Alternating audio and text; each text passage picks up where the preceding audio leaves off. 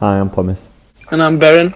and we're going to talk about the most disappointing movies of 2015. So let's start off with the most obvious one, which is Fantastic Four or Fan-4-Stick, whatever you want to call it. But when the first trailer came out, I went, "Oh wow, this looks interesting." But then the movie came out. Oh boy, At least it's interesting in just how badly you can mess a movie up. Yeah, it's definitely not a good movie. No, Genuinely bad. exactly. Then we have Pixels. I was kind of excited for Pixels because I thought Adam Sandler might make a comeback with this movie, but apparently not. This movie was just so bad. I hated this movie much more than Fantastic Four because I thought Fantastic Four was an interesting experience, but Pixels was just pure torture. Yeah. It was horrible. And we have Spectre. I'm really sad to say this. Yeah, structure-wise, I mean, like, the acting's pretty good, and like the action is like it's like one of the most expensive movies ever made, but it's just like the structure of that movie. Oh. Like, it kind of finished, but then there was another 20 minutes and an extra sort of action scene at the end. It was just too long. It was just too long. Like, it felt like it finished, but then it continued, and I was really sad when I walked out of Spectre. Yeah. I wouldn't say it's a bad movie, but it wasn't that good. It was definitely disappointing. It doesn't flow. Like, it doesn't get better. It doesn't build up as it goes on. It just kind of pitters around slowly. Yeah. Then we have Tomorrowland, which is interesting because you actually like Tomorrowland. I don't hate the movie. I just thought it was really disappointing. All the emotions that it tried to deliver, it didn't hit. I mean, I think I saw the movie after quite a bit after everyone said it was disappointing, and maybe the hype was down for me. That's why I liked it. Yeah. I think it's still a quality. There's still quality in there. There's some very good scenes, like the comic book store scene. The beginning is amazing. Yeah. The beginning is great. The first 10 minutes or so, they were great. I mean, as soon as they get to Tomorrowland, it doesn't drop in quality. It was disappointing. Tomorrowland was disappointing. The actual location of Tomorrowland. Then we have Softpaw. Oh man, I didn't like Softpaw. It's not like a terrible movie.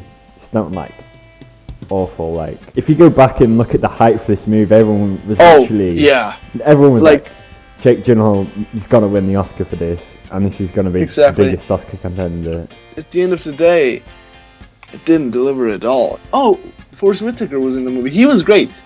Totally forgot about that, and that's the other point. It's a forgettable movie. Yeah. But Forrest Whitaker was great. Jake Gyllenhaal was great. The little girl was great, and the acting was just overall great. But other than that, it was just really bland. Then we have Jurassic World. Yeah. Right, this is interesting.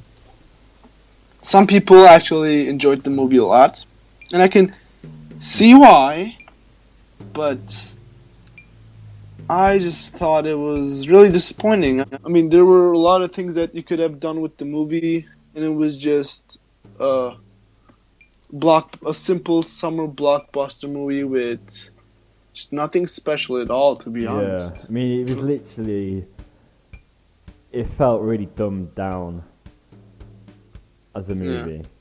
Something like, the characters are just so, like the kids, so badly written. Yeah. And they act like, it's just like CGI overlaid, and like no great like talking scenes or like tense scenes. There's a bit of tense scenes, but it's really just like expositional talking, then some more action. It's not special. I remember seeing the first trailer, and it was not what I was wanting at all. It was too over the top. Some of the subplots, like the divorce. Oh my goodness, what was that all about? Yeah, it's amazing that they actually left that scene in. Then we have Chappie. Oh yeah. I mean, you didn't watch Chappie? I did. And when I first watched Chappie, I went, wow, I actually like this one. It was a lot of fun. But then I rewatched it, and it all just made sense. It all makes sense now. Yeah, exactly. Chappie is it's such a forgettable movie. Yeah. The characters are so annoying. Chappie's a cool character. That's it. The people around Chappie are dicks. Maybe that's the intention of the movie, but it wasn't done in a good way. What do you think of like Neil Blomkamp now? Do you think he's like a one-hit wonder? Or... I don't think so. I actually liked Elysium a lot, but Chappie was just disappointing. I wouldn't call Chappie just garbage or something like that. I actually still think it's okay, but it's definitely disappointing because I expected much more. Then we have Vacation, which also, I mean, I didn't see. You didn't see it, no. Don't But sadly, I've seen it. But I've seen it for free, so. Oh yeah. Still, I've seen it for free, but I want a refund. It was really bad. It was really, really bad. I just laughed in 1 or 2 scenes in the entire movie. It tried to be a rated R raunchy comedy movie, but it was rated R. Well, props to them for making it rated R, which is not an achievement, but it wasn't a funny rated R movie. Then we have In the Heart of the Sea, which we haven't watched, and we don't plan to watch. Because... I might watch it. Wait, what? I might go see it if I'm... Really? I don't know if it comes to my cinema. I mean, it just hit theaters here, but I won't see it. Apparently it's not that good, but we cannot say much about it since we haven't seen it, but yeah. I don't really see that. Why would Ron Howard agree to do a movie if it was like everyone just complained that the characters were awful, the script was boring? Why would someone who's just made so many great films lately go for that? I don't know. I guess we'll find out in the next episode of Between the Dweebs. Please subscribe and like and leave a comment and so on.